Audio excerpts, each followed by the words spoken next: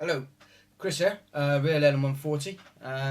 Slight different thing today, not just one bear. I'm going to try and rattle through. This is a two-parter, so tune in for part two. I'll be posting them one after the other. Hopefully get this all done this evening. Today, we're coming up to the Champions League final, so I wanted to do thinking about something a bit football themed. There's no World Cup this year, so I thought let's have a bit of a lager World Cup. It's been a nice day out. I've been busy bouncing on a trampoline and all that kind of stuff, as you'd expect. What else would I be doing? I'm a 30-something-year-old man. Bouncing on a trampoline is the obvious thing to be doing. Right, so the rules. We've got a group stage, and the group stage will be taking the beers as they come. Now, these are supermarket beers. These are ones that you'll be able to lay your hands on. These are the kind of thing that your brother-in-law might give to you when you go around their house for a barbecue. So, stick with me. Some of this isn't going to be pleasant, probably. I haven't drunk most of these beers for the best part of 10 years. So I'm probably out of practice in terms of what they're like. Certainly not have a can for that long length of time. I've probably had them in the pub.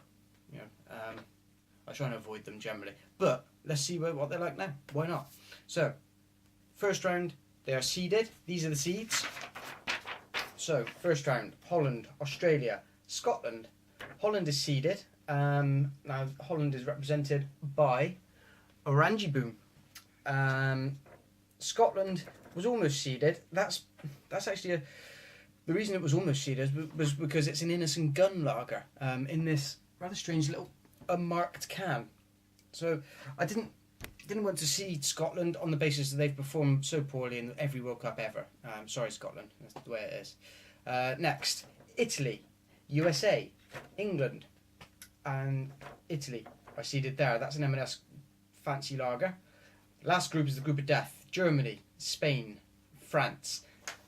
Didn't really know what to go with there. I've seeded Spain on the basis of the football team again. So, first round, Holland, Australia, Scotland. I'll be drinking them straight out of the can, and I'll be knocking one of those out. That will go into the next round. Next round, I'll be putting some names in a hat. They'll face, so each two winners from each group will go into a hat, and then we'll draw them out, and they will play each other on that basis.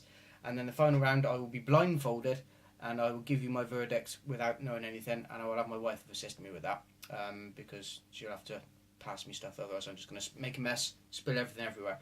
Right, excuse me, just going to run and get the bottle opener.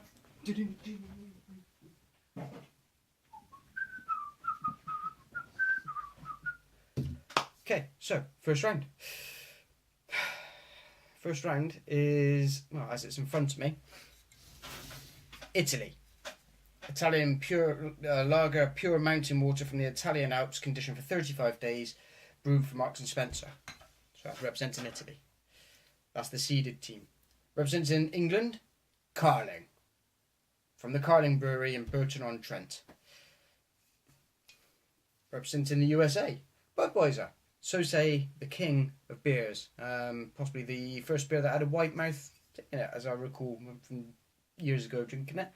I can't really remember, if I'm honest. So, let's go. This is Carling. This is Budweiser. This is your craft lager. Let's get them all open. Nice puff of smoke there, actually. It looks more appetising than the others. So, appearance. The Budweiser's frothed up a bit. The Carling's flat as witch's tit. That looks like it's moving a bit. There's a nice bit of smoke coming from there. Okay. So, to taste.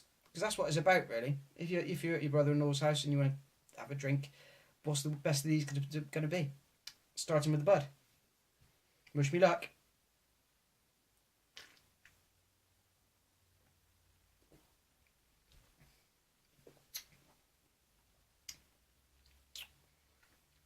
That's much fruitier than I remember it being. 4.8%. Quite dry, bit gone. And that's it. Okay, Carling, the home player.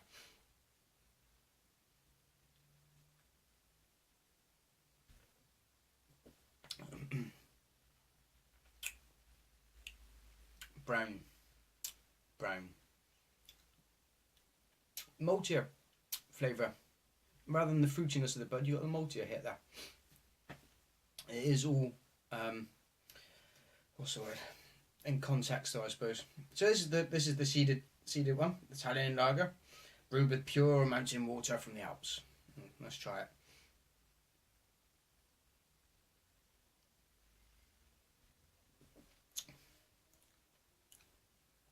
Oh, no, that's actually quite good.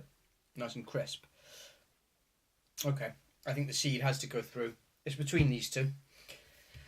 So, good luck, boys.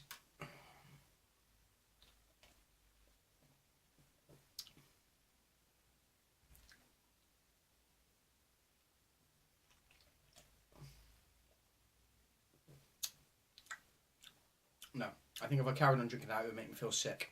Therefore, England goes through. Budweiser goes out. That's tomorrow's shandy. There we go. Round 2. We have San Miguel from Spain. This is the group of death, remember? Death. Grafenwalder Pils, which has been sourced from Lidl. And Kronenberg 1664.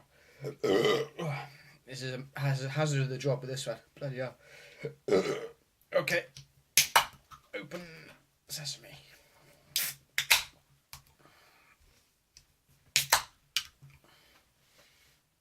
Lots of action on the German one. Flat looking. Just about splashed over the top of the can. Okay. Starting with Spain. Oh, Fernando.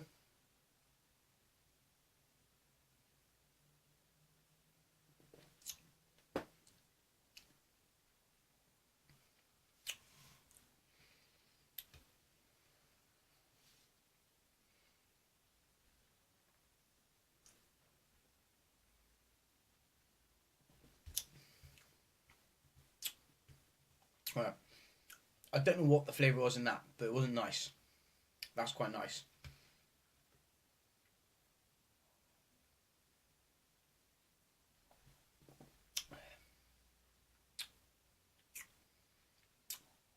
That's kind of somewhere between the Carlin and the Bud. That's pretty decent. That's disgusting. Spain goes out in seeded chocker. Wow. So Grafenwalder Pils and Kronenberg 1664 through to round 2. Third round.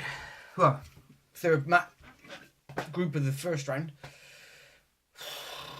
I'm starting to wish I hadn't done this. Never mind. In for a penny. Imported premium lager, Orange Boom. I had a little phase of this back in 2002. It had a different can then, I think.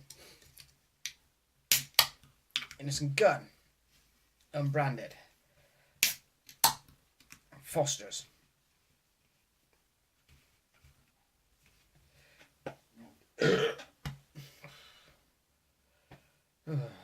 Alright, Orange Boom.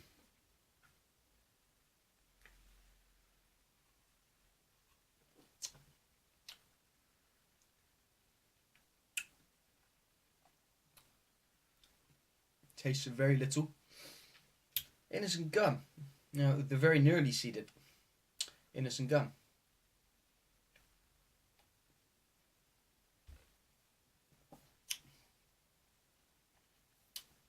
Quite sweet. Quite malty.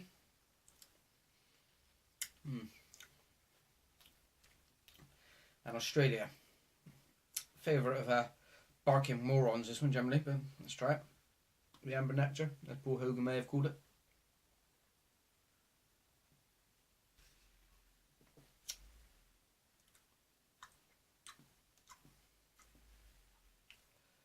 Relatively dry. Oh god, this is a tough one. Right, I think the Innis and Gunn goes through because it tastes of something. Let's try these two again.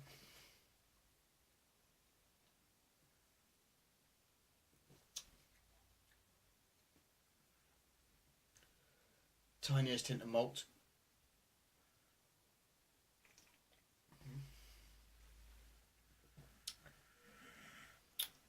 Tiniest hint of... Oh no, so I'm going to lemony tone it. I mean, it's a bit of a 0-0, gone to penalties, and then like somebody skied it from Australia, and this bloke's fallen over, and then this guy's hurt his leg on the run up, and then the goalie's head back at the post, and nobody's actually put the ball in. And then maybe like the 14th time, the Dutch managed to like hit the ball and it goes in, trickles in the corner of the net because the other Aussie guy's dead. Just about by nose the Orangi boom. Okay, well, that's round 1. Fascinating stuff. I'm sure you'll agree. See me again for a moment for round 2. I'll be setting up the draw now. Thank you. Cheers.